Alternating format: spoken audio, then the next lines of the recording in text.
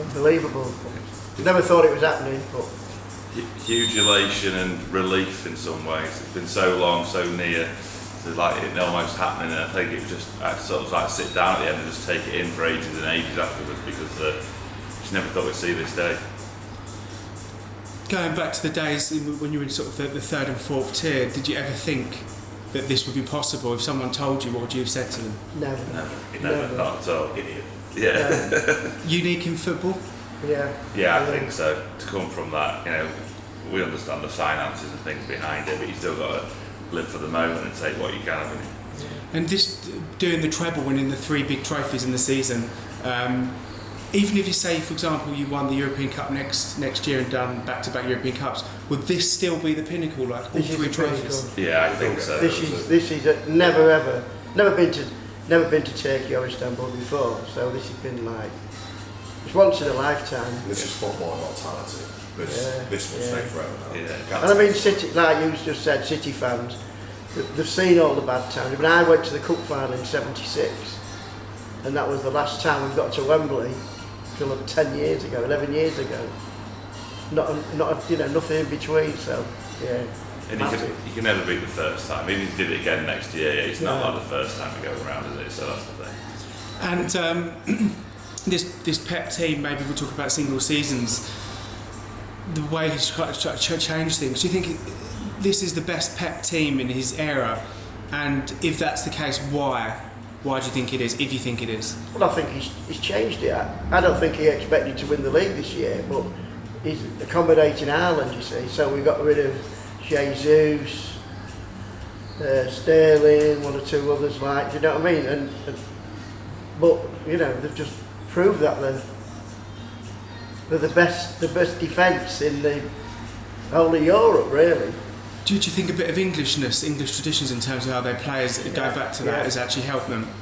Yeah, I think it has definitely. A solid back four, there's a good English spine throughout the team. I think you can see the camaraderie there and how much it means to them as well.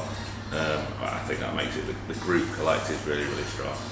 And in terms of your horizons now that you've got that monkey off your back and you've won the Champions League, is your horizons changed now? You've gone from bread and butter. Was it still the Premier League for you? Yeah, Premier League. Yeah. I mean, we were at Wembley last Saturday. This is how ridiculous it's. Now we've had the World Cup, but everything's been crammed together. It's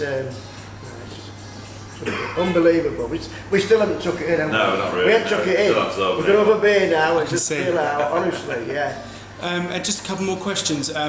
In terms of the Premier League charges and UEFA charges in the past, maybe that are coming, does that take anything away from what City have achieved, the rights and wrongs of it? No. Not in our eyes. It probably does in other clubs and other people's eyes, but not in our eyes. I think they did a good thing yesterday. Did you notice that the champion? We always boo the anthem, for what they've done to us, but they played it on an organ and a piano. Sort of did it that way and avoided all the booing. Do you know what I mean? Which they would have got if they'd have played that anthem, which they always. Because we always do it now. Yeah. And do you think there's a bit of jealousy towards City because of the success? Part and parcel comes hand in hand. Yeah. With success with jealousy. And I think other teams now are getting these foreign owners. Soon there'll be so many foreign owners. I think the jealousy depends. It just goes through eras, doesn't it? Everyone's jealous of Liverpool in the 80s and then United through the 90s, and just we're that version now in this time. Do you see you being as good as you are now when Pep goes? Still very good, but not quite. Don't want to think about it. Yeah, don't want to think about it. I think he'll leave a great legacy. Yeah, definitely. Yeah. It'd be a huge loss should he leave. And one final question, just going away from football. How have you found Istanbul as a city in terms of getting around infrastructure, hosting a final? Have there been any difficulties that you've faced? Everything's been all right, but last night was an absolute farce. Absolute farce.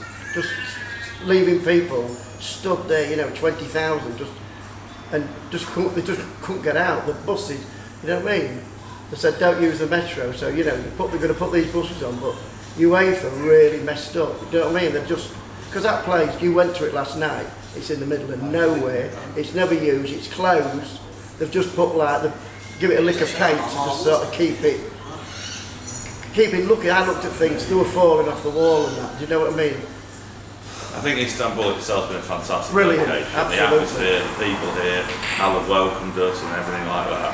But last night was really difficult. The transport getting in and out was a joke, and you're having to pay a lot of money just to get a taxi back at 3-4 a.m. in the morning because what you wait for just doesn't cope with the amount of it. And you saw people trying to push wheelchairs over gravel car park for hours.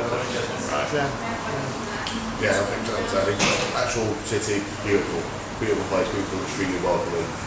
Everyone like the atmosphere.